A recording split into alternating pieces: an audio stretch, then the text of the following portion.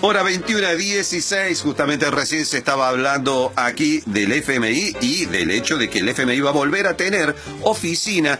No va a ser esta vez dentro del Banco Central como la tuvo hasta que Néstor Kirchner la levantó, pero vuelve a tener oficina el FMI en Buenos Aires. Estaban por alquilar, según parece, no muy lejos del Banco Central. Pero, claro, hay gente que se ha dedicado a historiar, a tratar de armar un poco la historia del FMI, ¿no? De este organismo del que me imagino, uno puede suponer, en muy pocos países del mundo se deben acordar amablemente del FMI porque cada vez que intervino en algún lugar dejó el tendal. El famoso tema de las recetas del FMI, como suelen concluir sus intervenciones. Oscar Ugarteche, economista peruano, es justamente el autor de la historia crítica del FMI, subtitulada El gendarme de las finanzas. ¿Qué tal, Oscar? Buenas noches. ¿Qué tal? Buenas noches. Bueno, está planteado el tema, ¿no? ¿En algún lugar del mundo le han dado las gracias alguna vez al FMI por su generosidad y su buena disposición? Bien, graciosamente, en el Perú le dieron a Candesí la Orden del Sol. Fujimori le dio la Orden del Sol, pero claro, era Fujimori, ¿no? Bueno, claro, era Fujimori, claro. Buen detalle, buen detalle. Yo creo que, digamos, al fondo la gente del sector financiero lo quiere mucho porque se ocupa de eso, ¿no? Se ocupa de sus cuentas. Ajá. Básicamente, ¿no? O sea, el punto es que el FMI en todo caso tiene en claro a quiénes representa y de quiénes se ocupa. Sí, yo creo que sí. Además tiene un mandato muy claro de parte del Senado americano. De la comisión hay una comisión en la Comisión de Relaciones Exteriores hay una parte que se trata de organismos multilaterales y bueno, pues eso es lo que cumplen. Eso más lo que el Departamento de Estado dice a través del Tesoro. Entonces, eso hacen. Claro, lo que resulta en todo caso difícil de explicar es hasta qué punto esto coincide con el mandato original o la idea original de la creación del FMI, que puede ser leída por supuesto de varias maneras, ¿no? Cuando se hablaba de que debía contribuir a mantener la estabilidad financiera a escala internacional y una cosa es mantener la estabilidad financiera a escala internacional y la otra es dedicarse a preservar el negocio financiero a como dé lugar. Así es. No, bueno, del mandato original no queda casi nada, ¿no? No queda casi nada. O sea, Bretton Woods murió el año 71, cuando se soltaron los tipos de cambio, y a partir del 76 se dedicaron a ser cobradores. Ahora, en la relación particular con Argentina, yo creo que hay una relación perversa, porque, digamos, Argentina va y viene al fondo, los echa y los llama. El regreso de Argentina, el regreso del fondo a la Argentina no es por llegada del fondo, sino por llamada de Argentina. Ajá. Hay un problema ahí fundamental. Parece ser agarrados del enemigo. Oscar, somos la típica pareja de relación sadomasoquista, no hay otra manera de definirla. Exacto. O sea, el prestigio del fondo se destrozó en Argentina en el 2001. Claro. Y por alguna razón ahora Macri decidió revivir al fondo y darle otra vez ínfulas y vuelos. Lo que pasa es que, claro, hay un problema de balanza grande que se veía venir desde el año pasado y bueno, pues haciendo lo clásico, pues. Ahora, la larga lista de las intervenciones del FMI en el mundo, ¿alguna vez terminaron con beneficio para la contraparte? Digo, pues si uno piensa en los casos recientes, por ejemplo, su intervención en Grecia, que ha sido, francamente, una hecatombe, ¿no? Bueno, es que el negocio de ellos no es que se produzca felicidad, sino que se produzca traslado de recursos a la central, ¿no? O sea, que se paguen las deudas y por otro lado asegurar que esos pagos se mantengan estabilizando la economía con un principio que fue muy alemán, muy austriaco, de presupuesto con déficit cero. Ajá. Y ese principio, que es un principio más bien de von Mises, ese principio puede ser muy penoso, porque claro, todo el mundo se mueve con 3 y 4% de déficit. Imagínate tú que mañana fuera el fondo a decirle al Tesoro americano que tiene que reducir su déficit de 9 puntos del Producto Bruto a 0. ¿Qué cosa pasaría en la economía de Estados Unidos? Pues un caos. Pero claro, no se lo dicen. Ellos actúan a cuenta de Estados Unidos en el resto del mundo, ¿no? Ujú. En su papel. Bueno, digamos, una posibilidad que tienen justamente los países hegemónicos es trasladar el peso de su déficit a terceros, ¿no? Algo que nosotros no podemos hacer, no tenemos a quién endosárselo. Claro, eso es lo que están haciendo además. Una vez más. Una vez más. Trasladando el déficit, su déficit hacia nosotros. Y nosotros lo tomamos con tanto entusiasmo, ¿verdad? Ahora, a lo largo de su historia, ¿alguna vez el FMI probó otro tipo de teoría? ¿Tuvo otro modelo de praxis diferente a la que le conocemos? Sí, claro. No, porque es una cosa que estoy trabajando ahora. El pensamiento del fondo era un pensamiento keynesiano. Ajá. Y fue girando en la década del 60. O sea, los 50 y 60 son décadas donde tiene un pensamiento keynesiano, y en los 70 da el salto hacia llamémosle el monetarismo, no es exactamente el monetarismo, pero llamémosle monetarismo para simplificar la vida. Saltan hacia ahí y luego se ajustan en los años 80 a una cosa que se llama metainflación, que es absolutamente monetarista, y se agarran de eso. Y entonces es déficit cero, inflación 2%, y tasas de interés iguales a la tasa de inflación más 1. Y esa regla es una regla que, bueno, no funciona en ningún sitio, para comenzar, pero es una regla de la que se agarran, ¿no? Ellos han pasado por una serie de autocríticas. Pues no son burros, o sea, son gente bien entrenada, bien educada. Los profesionales son profesionales educados en las mejores universidades del mundo, pero cuando han hecho las autocríticas, han dicho, bueno, aquí nos equivocamos. Es después con Grecia, cuando se hizo el ajuste griego del 2011, inmediatamente, como se produjo una grita de tal dimensión, y ellos estaban con la popularidad en el piso, Blanchard lideró una revisión de sus políticas para ver en qué estaban mal. Y encontró que el multiplicador fiscal lo tenían mal calculado. Cuando ellos pedían un ajuste de un cierto tamaño del gasto fiscal, producían una contracción del Producto Bruto que era muchísimo más grande que lo que necesitaban. Lo dijo, lo escribió, hay un paper sobre el asunto, y una vez que eso llegó a la junta directiva, Estados Unidos dijo, bueno, pues será la crítica, pero aquí no cambia nada, es que me lo dejan ahí. Así no es. Así, nada más. Y la receta sigue siendo no las de la escuela de Chicago, no han pasado de allí. Sí, siguen siendo las escuelas de Chicago.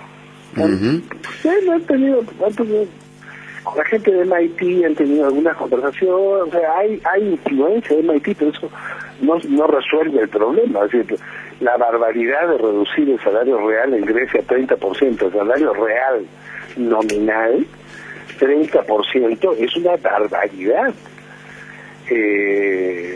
Como es una barbaridad decir que tienes que privatizar todo, sí, en el nombre de qué, o sea, pero así pues, o sea, siguen, a pesar de que se sabe que son barbaridades, ya eso ya no depende tanto del fondo como de los dueños de casa, ¿no?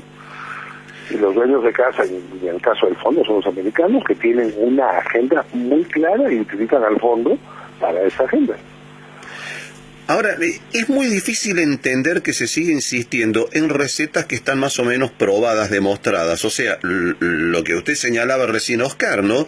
Que el apretón es tan, pero tan notable que termina produciendo una contracción tal de la economía que limita inclusive su capacidad de pago. O sea, eso es como dispararse a los pies, en resumidas cuentas. Sí.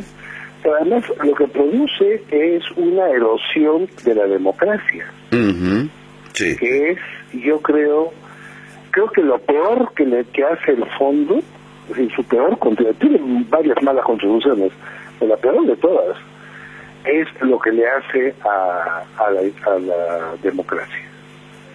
O sea, los regímenes que son electos democráticamente de repente se encuentran con que no definen su política económica, no responden al mandato de los ciudadanos que los eligieron, y de pronto se encuentran enfrentados al mandato de los ciudadanos que los eligieron, que fue lo que le pasó a los griegos. Y ahora que se está estudiando tanto Argentina comparado con Grecia, se ve claramente cómo se erosionan los mandatos y no se termina de resolver el problema, porque el tema con la deuda, pues más ya, esto es una vieja mala película que ya la vimos. Si uno no reduce los saldos de deuda, como hicieron los Kirchner con la recompra del año 5, no puede la economía regresar a su crecimiento. Porque no hay ninguna manera en que 100% de deuda en el Producto Bruto, o algo, 60% de deuda en el Producto Bruto, sea pagable en una situación donde el Producto Bruto se está contrayendo. Sí, como todos sabemos. Entonces lo que se produce ahí es una escalera. Sube el indicador la escalera de subida es el indicador de deuda sobre el Producto Bruto, y la escalera de bajada es el tamaño del Producto Bruto. Entonces la relación deuda-Producto Bruto va creciendo en lugar de achicarse, con lo cual has derrotado tu propio propósito. Ya lo sabemos, ya lo estudiamos, ya está escrito, está discutido. Esto es una mala película, ¿no? En nuestro caso, bueno, nosotros estamos debiendo 8 de cada 10 pesos que recaudamos. Esa es más o menos la ecuación. Qué barbaridad. Y esta barbaridad la ha hecho Macri en 2 años. Uh-huh. Sí, sí. Pero ¿cómo? Pésimo diagnóstico y terapia equivocada. Más o menos saneada. No, en realidad la economía no estaba saneada, esa es la diferencia, pero cuando se parte de un diagnóstico erróneo de lo que está sucediendo y se aplica la terapia que no corresponde, el resultado es lo que se ve, ¿no? Pero la economía estaba, hasta donde yo me acuerdo, estaba bajo de reservas, pero el déficit lo estaban achicando y se estaban estabilizando los precios, hasta donde yo me quedé. No, pero ya teníamos una fuerte inflación, veníamos de una fuerte inflación, veníamos con bajísimas reservas, prácticamente no teníamos más reservas de libre disponibilidad, solo teníamos papeles de deuda en el Banco Central, y por el otro costado, además con un fuertísimo déficit, ya estábamos arriba de los 5 puntos, si no me falla la memoria, más el problema del déficit energético, ¿no? Que ha sido sin duda uno de los errores garrafales de los años del kirchnerismo. Ajá. ¿Y ahora cómo son los números? Y ahora el problema es que todo lo que se hizo a lo largo, digamos, del primer año de gestión del gobierno de Cambiemos ha sido anulado como efectos de la fuerte devaluación. O sea, el problema es que ahora hemos entrado en una carrera en la que, bueno, esto usted lo conoce mejor que uno, cuando se comienza en esa carrera, periódicamente hay que volver a hacer lo mismo. Sí, claro, no, o sea, los temas de estabilización solamente se hacen cuando efectivamente bajas el salario real 40% y la gente muere de hambre. Ahí se estabiliza. Pero sí, es la paz de los cementerios. ¿No? Claro. Sí, no puede ser el objeto del ejercicio, digo yo. Pero así es como se paga. O sea, y esos son los ajustes convencionales a los que nos hemos acostumbrado desde los años 80. Sin duda, sin duda. Pero también hay una cosa en esto, el FMI es el malo de película ideal, digamos, ¿no? Pero, Sí, digamos, sí. es el malo que todos necesitamos para explicar nuestra propia impotencia y nuestra propia incapacidad para hacer las cosas un poco mejor, ¿no? Pero lo que pasa es que ahí también, digamos, Argentina se ha metido en un... Argentina es el único país en este hemisferio que está, bueno, salvo Venezuela, que está, es otro caso, pero Argentina es el único país que tiene un problema de esta dimensión ahora en el hemisferio. Es cierto, sí, sí. Y no lo necesita tener. No, no debería. No debería. Y a mí lo que me preocupa es que cada tanda de ajuste desarma más el aparato productivo. Claro, es justamente... Y baja más el salario real. Entonces terminas con la gente realmente muy fregada, sí, y con el aparato productivo destrozado. Claro, porque el déficit y la deuda se convierten en una suerte de aspiradora de los únicos recursos que existen, que son los de los asalariados, ¿no? Exacto. Que la deuda se paga con algo. ¿Con qué se paga? Pues con los salarios. Exacto, exactamente. Así es. Y la hemos visto unas cuantas veces a la película, sin duda. Uy, yo tengo ahí un libro de 400 y pico páginas que es la historia de esto, es una cosa. Sí, pues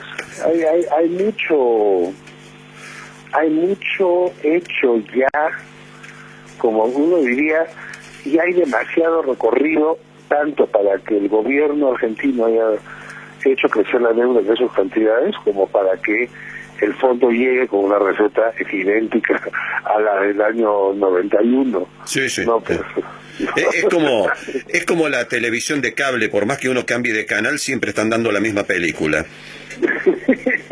La misma mala película. Oscar Ugarteche. ¿No es cierto? Lo que pasa es que no tenemos un Netflix financiero, necesitamos. Claro, no hay alternativa. Esa es la cosa que estábamos trabajando hacia un tribunal de arbitraje para deuda soberana, para tratar de resolver los problemas de deuda de otra manera y no de esta manera, pues. Es horrible. Hay mucho camino por recorrer en esa materia, sin duda.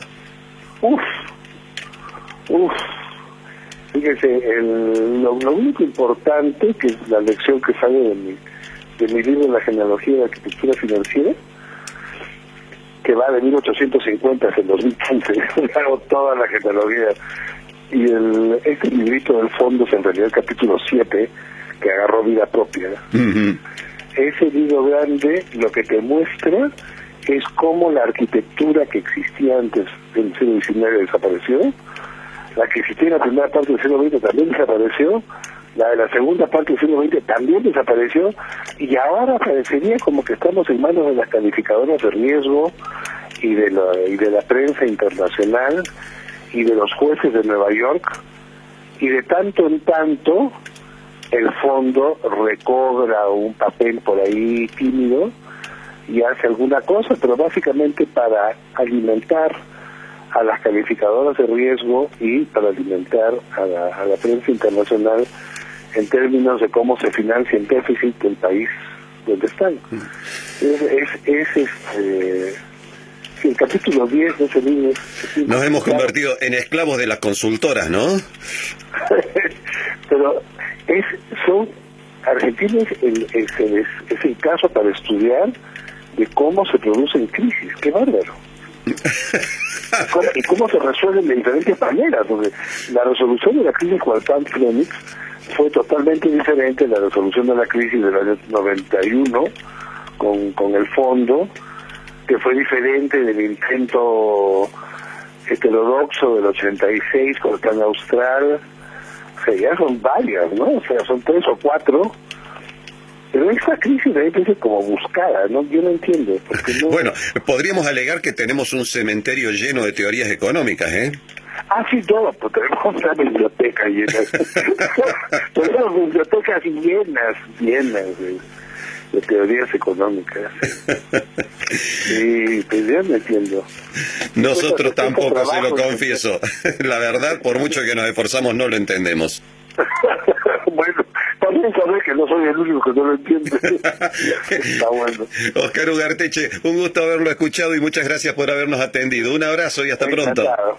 Un abrazo, hasta luego.